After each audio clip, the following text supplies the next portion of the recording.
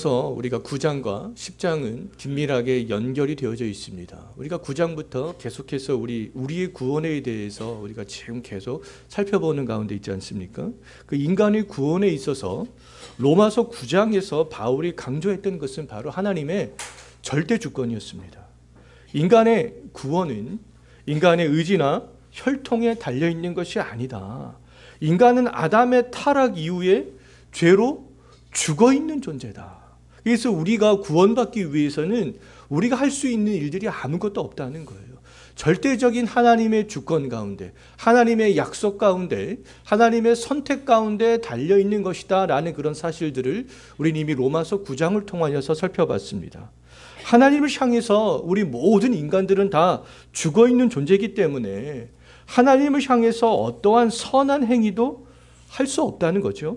말하자면 모든 인간은 하나님 앞에서 하나님을 향한 그런 심장이 멈춰 있는 것입니다. 심장이 멈춘 사람은 누군가의 이렇게 도움을 받아야 되잖아요. 다른 사람에 의해서 심폐소생술을 받든지 심장 박동기를 통하여서 전기 자극을 받아야 되는 것이죠. 하나님을 향해서 죽어있는 우리의 영혼이 다시 살아나기 위해서는 외부의 자극이 필요하다는 거예요. 왜요? 우리는 이미 죽어있는 존재이기 때문에 그렇다는 겁니다. 누군가 우리를 흔들어 깨워줘야 된다는 거예요. 죽은 우리의 영혼을 깨울 수 있는 분은 그럼 하나님 한 분밖에 없다는 겁니다. 왜 그렇습니까? 모든 인간, 우리들은 죄로 죽어있는 존재이기 때문에 그렇다는 거예요. 하나님은 죄로 인해 죽은 우리를 살리기 위해서 친히 이 땅에 오셨잖아요. 우리를 말하자면 흔들어 깨우기 위해서 하나님께서 친히 오셨다는 거예요. 이 땅에 우리를 살리기 위해서 친히 오신 분이 바로 예수 그리스도가 되는 것이죠. 우리의 구원은 그래서 예수 그리스도를 믿기만 하면 된다. 그의 이름을 부르기만 하면 된다. 우리 이미 지난주 로마서 말씀을 통하여서 살펴봤습니다.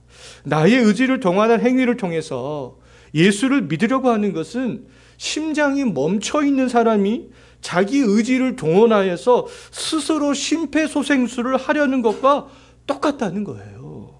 그것은 불가능하다는 것입니다. 때문에 바울도 로마서 10장 6절과 7절 말씀에서 율법의 행위로 구원을 받으려고 하는 것은 불가능하다. 이것을 강조했던 것이죠. 어떠한 행위로 구원을 얻으려고 하는 것은 그리스도의 부활과 승천과 십자가의 죽으심을 헛된 것으로 만드는 것이다. 이것을 바울은 강조를 했습니다. 하나님을 향해서 죽어있는 영혼에게 필요한 것은 오직 한 가지, 예수 그리스도라는 거예요. 세상 모든 사람들이 구원을 얻는 방식은 동일하다는 거잖아요. 유대인과 헬라인이 차별이 없습니다. 하나님은 유대인을 구원하는 방식과 이방인을 구원하는 방식에 있어서 차별을 두지 않는다는 거예요. 인간을 구원하는 하나님의 주권적인 방식은 언제나 누구에게나 동일하게 적용이 되어진다는 거잖아요. 구약시대나 신약시대나 유대인이나 헬라인이나 지식이 많은 사람이나 없는 사람이나 돈이 많은 사람이나 없는 사람이나 누구에게나 동일하다는 거예요. 누군지 예수 그리스도의 이름을 믿고 부르기만 하면 된다는 겁니다. 또 어떤 사람은 근데 예수 그리스도의 이름을 부르는 것도 우리의 의지적인 결단에 달린 것이 아니냐, 이렇게 주장을 하는 사람들이 있어요. 물론 예수 그리스도의 이름을 부르기 위해서는 우리의 의지적인 결단 중요합니다. 하지만 우리의 의지적인 그 결단은요, 하나님이 죽어있는 내 심령 가운데 예수 그리스도 안에서 성령으로 말미암아 결단할 수 있는 그런 믿음을 주시기 때문에 되는 것이지, 순전히 나의 어떠한 죽어있는 자가 어떤 의지를 하나님을 향하여서 발휘할 수는 없는 거잖아요. 예수 그리스도의 이름을 부를 수 있는 것은 바로 이 삼위 하나님의 역사하심 때문이라는 겁니다. 또 어떤 사람들은 구원이 하나님의 절대적인 주권에 달려 있다는 말을 오해를 하는 사람들이 있는데, 또 그 사람들은 그럼 우리가 구원을 위해서 하나님의 절대적인 주권이 구원에 달려 있는 것이라면 우리가 행할 수 있는 것들은 아무것도 없지 않느냐, 그냥 가만히 있으면 되는 것이 아니냐, 이렇게 말을 하는 사람들이 있습니다. 그런데 구원을 위해서 인간이 아무것도 할 필요가 없다라고 말하는 것은 잘못된 생각입니다. 하나님이 인간을 구원하는 방식은 전도의 방식이에요. 하나님은 사람들이 미련하게 보이는 그런 전도를 통하여서 자기 백성을 구원하신다. 고린도전서 1장 21절 말씀을 보면 그렇게 기록하고 있습니다. 때문에 인간의 구원을 위해서 사람들이, 우리들이 해야 될 일들은 뭐라는 겁니까? 복음을 증거하는 거라는 거예요. 전도하라는 거라는 겁니다. 하나님이 전도를 통해서 자기 백성을 구원하시는데요. 하나님께서 전도를 통해서 자기 백성을 구원하는 방식이 13절부터 오늘 우리가 읽은 15절까지 본문을 보면 잘 나와 있습니다. 주의 이름을 부르는 사람이 구원받은 그런 백성이 될 수 있잖아요. 그럼 주의 이름을 부르기 위해서는 어떤 과정을 거쳐야 된다고 오늘 본문 말씀에서 말씀하고 있습니까? 주를 믿어야 된다. 그럼 또 주를 믿기 위해서는 주님에 대한 이야기를 들어야 된다. 또 주님에 대한 이야기를 듣기 위해서는 전파하는 사람이 있어야 된다. 또 전파하기 위해서는 예수님께로부터 보냄을 받은 사람이 있어야 된다. 이렇게 말씀을 하고 있잖아요. 그럼 우리들도 이러한 과정을 거쳐서 구원에 이르게 된 사람들이라는 거예요. 또한 여기 있는 우리들이 다른 사람을 구원하기 위해서는 이 과정이 반복이 되어져야 된다는 것이죠.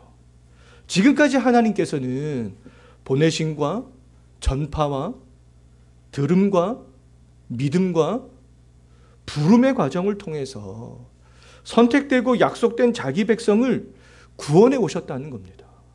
앞으로도 이 방식은 변함없이 반복이 되어진다는 거예요.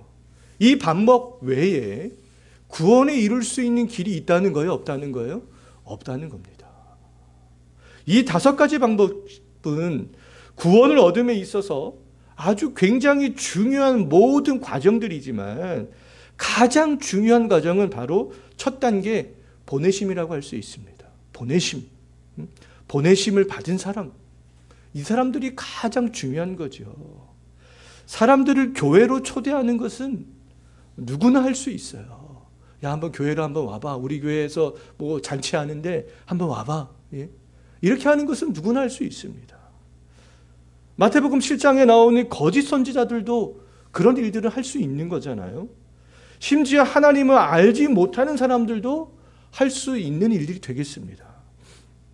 하지만 참된 복음을 전파하여서 사람들을 구원으로 인도할 수 있는 사람은 누구만 할 수 있다는 겁니까? 오직 보내심을 받은 사람들만이 할 수 있다는 거예요. 구원과 우리는 모든 것들을 관련시켜서 생각을 해야 되는 것이죠. 요한복음 17장 18절 말씀을 보게 되면 예수님께서는 아버지께서 나를 세상에 보낸 것 같이 나도 그들을 세상에 보낸다. 이렇게 말씀하고 있잖아요. 그럼 예수님께서 세상에 보내신 그들이 누군가? 그들은 한정이 되어져 있다는 거예요. 예수님의 제자들이라는 것이죠. 예수님께서 하셨던 대신하도록 그런 세상에 보냄을 받은 사람들이 있다는 겁니다. 그 사람들이 예수님께서 지칭하는 그들이 되는 거잖아요. 예수님을 대신해서 세상에서 예수님이 하신 그 일들, 하나님 나라의 복음을 전파할 수 있는 그 사람들을 구원으로 인도할 수 있는 그 사람들이 그럼 누구겠느냐? 요한복음 17장 16절 17절 말씀을 보면 나와 있는데요. 바로 그 사람들은요. 그들은 예수님처럼 세상에 속하지 않은 사람들이다. 세상의 가치관대로 살아가지 않는 사람들이다. 이렇게 말씀하고 있습니다. 또 그들은요. 하나님의 말씀으로 거룩하게 된 사람들이다. 이렇게 말씀을 하고 있습니다. 그럼 보냄을 받은 사람은 이 세상 사람들과는 다르게 하나님 나라의 가치관, 그 가치관을 가지고 살아갈 수 있는 사람들이라는 거예요. 세상 사람들과는 구별된 사람들이라는 겁니다. 오늘날 교회 안에서 수많은 전도법들이 유행을 하고 있습니다. 교회에서 시행하는 여러 가지 이 전도 훈련을 받은 사람들이 보냄을 받은 사람들이 아니라는 거예요. 전도 훈련을 받아야만 전도를 할 수 있는 것이 아니라는 겁니다. 우리 교회 성도들은 우리 교회가 개척된 지 지금 2년이 조금 넘었는데 전도 훈련 같은 거 받아본 적이 한 번도 없잖아요. 그럼에도 불구하고 제가 알기로는 일상의 삶을 살아가면서 열심히 최선을 다하여서 전도를 하고 있는 것으로 알고 있습니다. 전도법 훈련을 받은 사람들만이 다른 사람들을 구원으로 인도할 수 있는 것이 아니라는 거예요. 우리가 좀 그런 착각에서 벗어날 필요가 있습니다. 아무리 많은 전도법 훈련을 받았다 할지라도 보내심을 받지 못한 사람들은요, 다른 사람의 영혼을 구원할 수 없습니다. 다른 사람으로 하여금 주의 이름을 부르도록 할 수가 없어요. 전도를 잘할 수 있는 사람은 그러면 전도법 훈련을 받은 사람이 아니라는 거잖아요. 예수님이 주시는 평강, 세상이 줄 수 없는 그런 평안, 예수님께로만부터 받을 수 있는 그 평안의 은혜를 경험한 사람, 거듭나게 하시는 그런 성령의 역사함을 경험한 사람, 그 사람들이 보내심을 받은 사람들이요, 사람들을 구원으로 인도해 갈 수 있는 사람들이라는 거예요. 우리의 시민권이 사도 바울처럼 하늘에 있는 것을 확신할 수 있는 사람들이 또 다른 사람들을 구원으로 인도할 수 있는 그런 사람들이라는 것이요. 그리스도를 얻기 위해서 사도 바울처럼 나의 모든 것을 잃어버리고 다 배설물로 여길 수 있는 사람들이 정말 다른 사람들을 구원으로 인도하는 그런 전도할 수 있는 사람들이 되는 것입니다. 이러한 사람들이 누구라는 거예요? 보내심을 받은 사람들이라는 거예요. 이러한 사람들이 보내심을 받은 사람들이다. 지금까지 보내심을 받은 사람들을 통하여서 우리에게까지 복음이 전파되어져 온 거잖아요. 전파되어져 온 것입니다. 거짓 선지자들, 그들을 통하여서 전파되어져 온 것이 아니잖아요. 아니, 믿음이 없는 사람들, 형식적인 그리스도인들, 그들을 통하여서 복음이 전파되어져 온 것이 아니라는 것이죠. 그럼 이 시대에는 우리들이 보내심을 받은 사람들이라는 거잖아요. 예수님께로 보냄을 받은 우리를 통하여서 하나님은 자기 백성을 구원하기를 기뻐하시는 분입니다. 보내심을 받은 사람으로서 하나님을 향한 그러면 열정들이 우리는 정말 회복될 수 있도록, 그 정체성들을 우리가 바로 할 수 있도록 그것을 위해서 우리들은 기도할 필요가 있는 거예요. 120년 전까지 복음의 불모지였던 이 나라에 주의 이름을 부르는 사람들이 이렇게 많이 생겨나게 된 것은요, 보내심을 받고 온 사람들이 있었기 때문입니다. 우리는 그들이 누구인지 이미 하나님이 조선을 이처럼 사랑하사 그 책도 우리 함께 읽었잖아요. 그 보내심을 받고 온 사람들이 있었기 때문에 가능했다는 거죠. 그들이 전파한 좋은 소식이 있었기 때문에 가능했다는 겁니다. 좋은 소식. 그들이 들려주었던 좋은 소식. 그 좋은 소식은 죄와 사망에서 우리를 구원하는 예수 그리스도에 대한 이야기였잖아요. 예수님이 우리의 구원을 위해서 하신 일에 대해서 증거하는 것이, 전파하는 것이 좋은 소식이 되겠습니다. 성경의 저자들이 이 예수 그리스도에 대해 증거한 내용이 좋은 소식이 되는 거죠. 신약 성경의 저자들은요, 오직 예수 그리스도의 십자가와 부활의 사건만을 증거했습니다. 한번 성경을 찬찬히 한번 읽어보십시오. 그 신약 성경의 저자들이 다른 것을 이야기한 적이 있는가? 성공하는 법, 돈을 많이 버는 법, 하나님의 음성을 듣는 법, 이런 것에 대해서 증거하고 설명한 적이 있는가? 제가 볼 때 없습니다. 그들은 오직 예수 그리스도의 십자가와 부활의 사건만을 증거했다는 거예요. 그들은 예수님에 대한 이야기를 변형시키지 않았다는 겁니다. 왜냐하면 오직 예수 그리스도의 십자가와 이 부활의 이야기만이 사람들로 하여금 주 예수 그리스도의 이름을 부르게 할 수 있는 유일한 길이기 때문에 그렇다는 거예요. 그들의 관심은 보내심을 받았기 때문에 온전히 어떻게 하면 저 사람들을 구원할 수 있을까? 이 구원으로 인도할 수 있을까? 여기에 관심이 있었다는 거죠. 예수님께로부터 보냄을 받은 사람들은 불신자들의 눈높이에 맞추어서 복음을 변형시키지 않았습니다. 그들이 눈높이가 어떻든지 간에, 그들이 예수님을 대적하든지 간에, 그들이 우상을 섬기든지 간에, 그들이 행위의 율법을 강조하든지 간에 그들의 눈높이에 맞춰서 복음을 변형시키지 않았다는 거예요. 세상 사람들이 좋아할 만한 것들로 해서 교회로 그들을 끌어들이려고 하지 않았습니다. 그들은 오직 십자가와 부활만을 증거했어요. 우리가 이 사도행전을 보면 너무너무 잘 알 수 있습니다. 베드로가 오순절에 설교했잖아요. 또 베드로가 솔로몬 행각에서 설교합니다.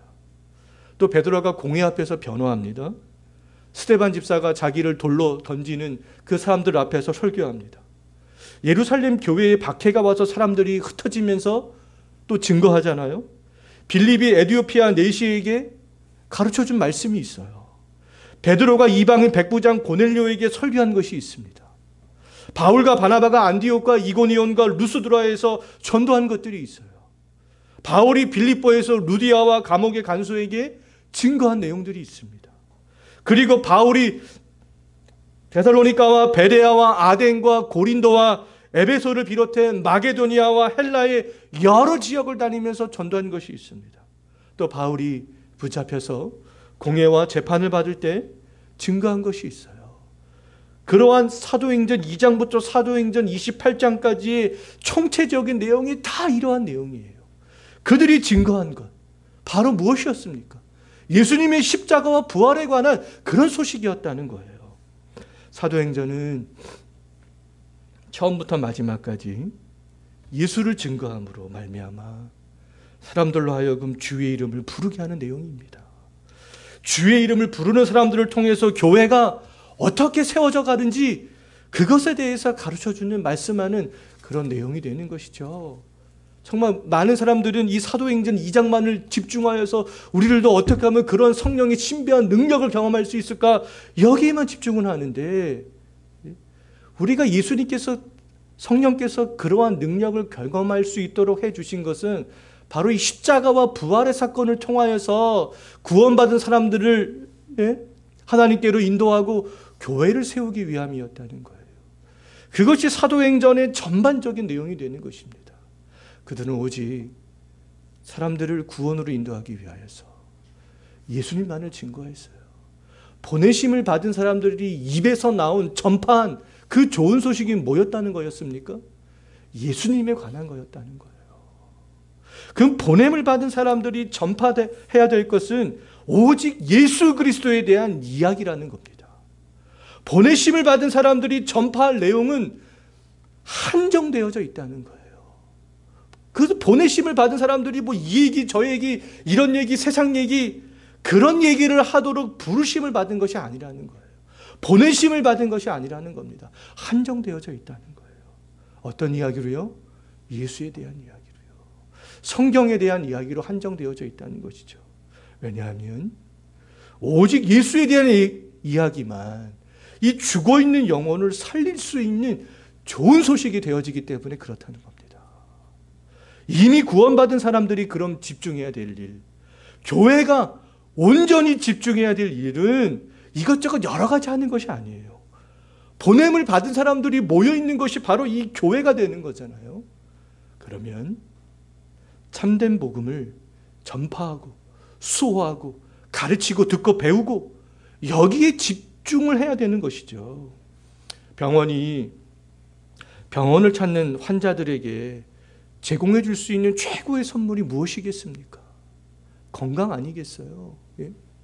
암 환자에게 저쪽에 이렇게 하면요 돈을 10억 원, 100억, 수십억을 벌 수 있습니다. 이런 거를 병원이 가르쳐 준들 그 암 환자에게 무슨 소용이 있겠어요? 소용이 없는 것이죠. 병원이 줄 수 있는 최고의 선물은 건강을 회복시켜 주는 거잖아요. 그럼 교회가 죄의 비참한 가운데 있는 사람들에게 줄 수 있는 최고의 선물이 무엇이겠습니까?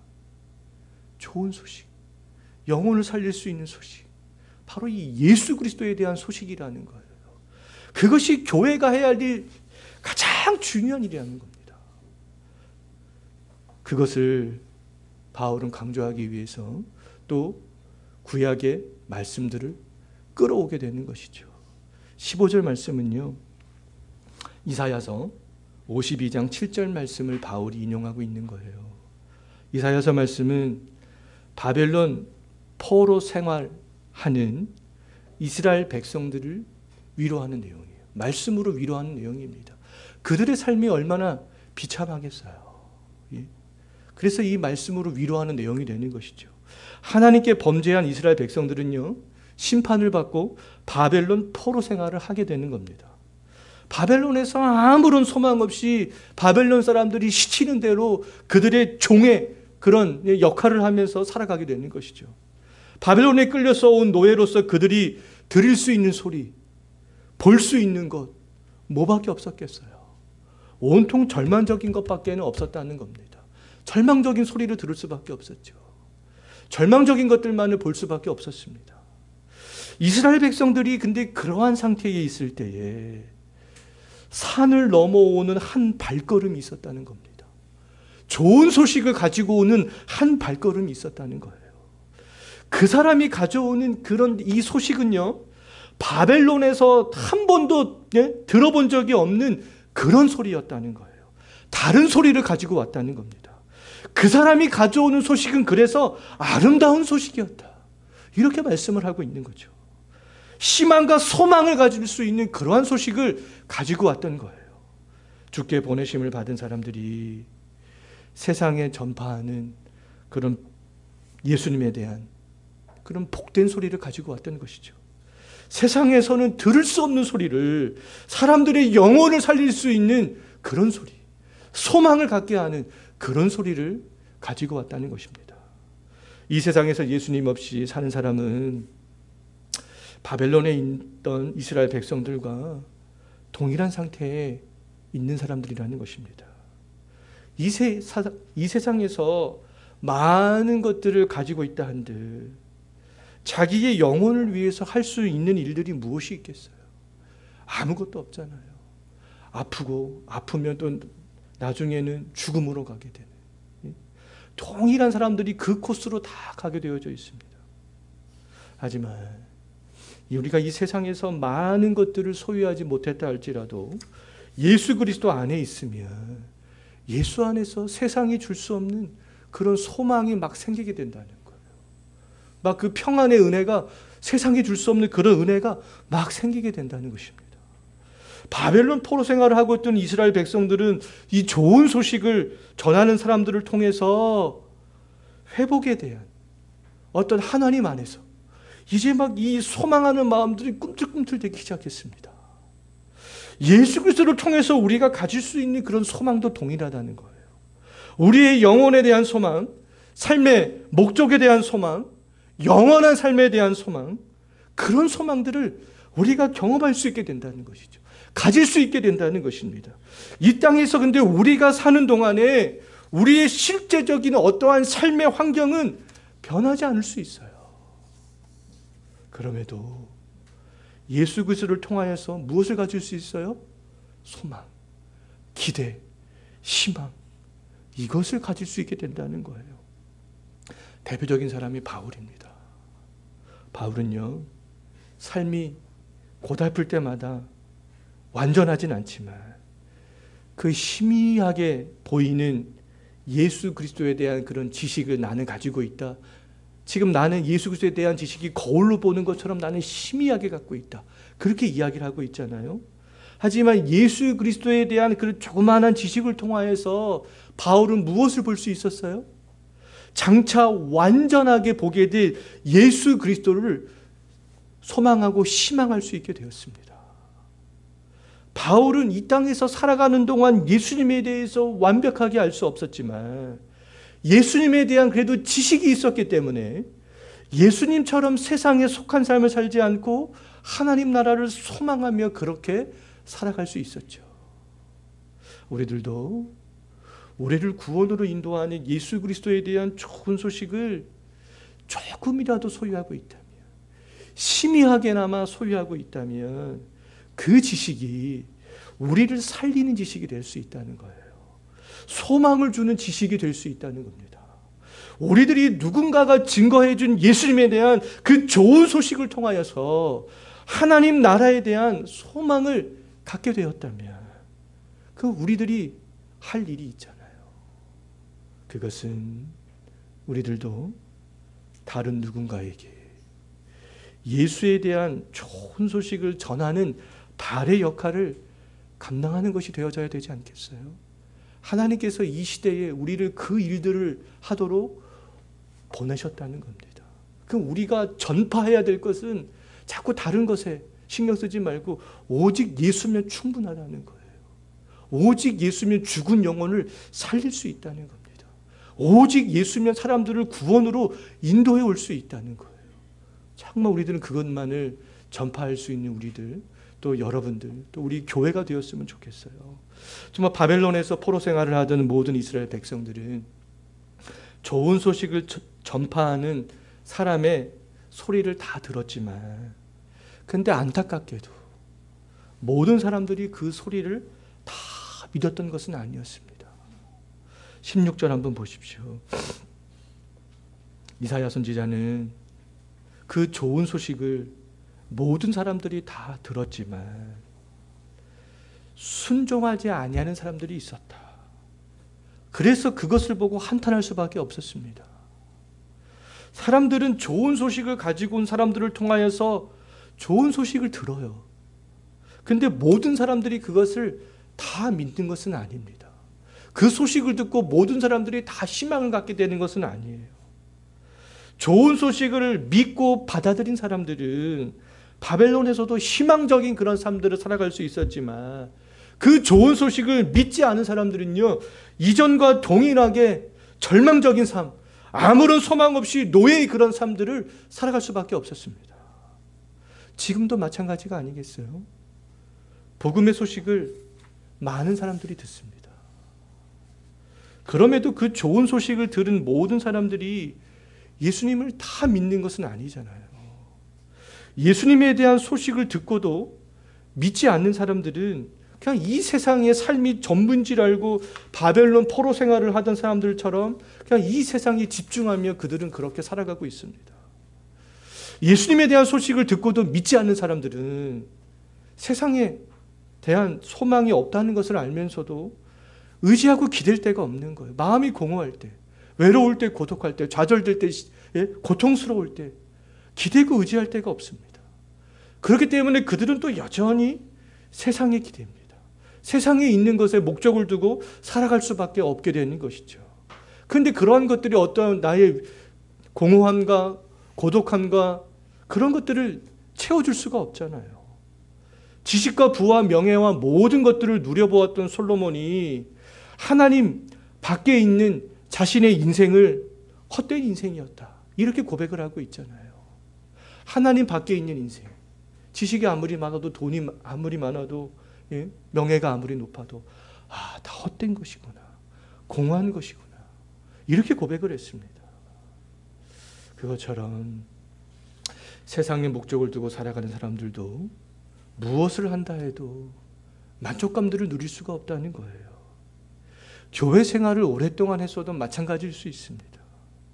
예수님을 통하여서 구원의 은혜를 경험하지 못했다면 예수님 안에서 어떠한 희망도 소망도 발견할 수가 없는 거예요. 우리가 교회 생활을 수십 년 했지만 여전히 그 사람들의 소망은 어디에 있습니까? 세상에 있을 수밖에 없어요. 세상에 있을 수밖에 없습니다. 그들의 관심은 하늘에 있는 것이 아니라 땅에 있을 수밖에 없습니다. 그러한 사람들의 믿음은 제가 볼 때는 정말 참된 믿음이라고 말할 수 있겠는가? 거짓된 믿음일 가능성이 굉장히 농후하다는 겁니다. 구원받기에 충분한 믿음이 아닐 수 있어요. 잘못된 구원관을 가졌던 유대인들처럼 하나님을 진정으로 믿지 않았지만 주의 이름을 부르면서 많은 권능을 행했던 그 사람들처럼 하나님이 원하시는 그러한 순종에 이르는데 관심이 하나도 없을 수 있다는 겁니다. 정말 구원에 이르는 믿음을 소유한 사람들은 무엇에 관심이 있겠어요? 하나님의 말씀에 순종하는 데 관심이 있을 수밖에 없어요. 구원 얻는 참된 믿음은 순종을 동반하는 믿음이라고 말할 수 있겠습니다. 행위가 없는 믿음은 죽은 믿음이다. 입으로 예수를 주로 시인하고 마음에서부터 예수께서 부활하신 것을 믿어 구원에 이르는 사람들이라면 반드시 예수님께 순종하고자 하는 그런 모습들이 나타나야 된다는 거예요. 순종이 구원의 조건은 아니지만 결과물이잖아요. 예수를 믿는다고 말하면서도 예수 그리스도를 향해서 순종할 마음이 전혀 없거나 관심도 없다면 아직 구원의 은혜를 경험하지 못한 것입니다. 순종 중에서 우리가 가장 중요하고도 두드러지게 나타나야 될 그런 순종이 무엇이겠어요? 무엇에 순종하는 것이겠습니까? 죄에서 돌아서는 거예요. 그것이 아주 가장 중요한 순종이라는 겁니다. 죄를 멀리하려고 하는 그런 마음이라는 거예요. 하나님을 두려워할 줄 아는 것이라는 것이죠. 왜 그렇습니까? 하나님이 우리를 어디에서 구원하셨어요? 바로 이 죄와 사망에서 구원하셨기 때문에 그렇다는 거예요. 그 우리가 순종 중에서 가장 두드러지게 순종해야 될 부분이 바로 이 죄에서 돌아서는 거라는 겁니다. 그렇기 때문에요. 죄 아래 있을 때 하나님과 단절된 답답함이 무엇인지 알아야 될 뿐만 아니라 또 회개하고 죄에서 돌아설 때에는 하나님께로 나아가는 그런 기쁨 역시 알아야 되는 것이죠. 다윗은 바세바를 범한 죄를 지은 이후에 하나님 앞에 나아가 회개하기를 기도하면서 구원의 즐거움을 회복시켜 달라고 기도했잖아요. 그 죄 때문에 구원의 즐거움을 잃어버리게 되었습니다. 하나님과의 관계가 단절됨으로 인하여서 어떤 영적인 그런 답답함, 죄로 인한 답답함, 그것들을 느끼게 되었던 것이죠. 그래서 하나님, 내 죄를 용서하여 주시고 다시 그 구원의 즐거움을 회복시켜 주시옵소서. 이렇게 전심으로 다윗은 기도할 수밖에 없었어요. 죄로 인해서 하나님과 단절된 관계에서 오는 답답함 때문에 간절하게 하나님께 기도할 수밖에 없었습니다. 또 다윗은 나단 선지자가 증거한 말씀을 통하여서 죄를 깨달았을 때 회개했잖아요. 또 이전에 하나님과 친밀한 관계에 있을 때를 회상하면서 그 기쁨이 회복되기를 기도했습니다. 또 우리가 잘 알고 있는 탕자는 아버지를 떠난 비참한 그런 삶을 살아갈 때 아버지 품에 있을 때를 그리워했습니다. 그 아버지 품을 그리워하면서 회개했잖아요. 아버지께로 돌아가면 내가 다시 기쁨을 회복할 수 있겠구나. 그 소망을 가지고 돌아갔습니다. 구원의 은혜를 경험했다 할지라도 다윗처럼 탕자처럼 죄를 범할 수 있어요? 없어요? 죄를 범할 수 있잖아요.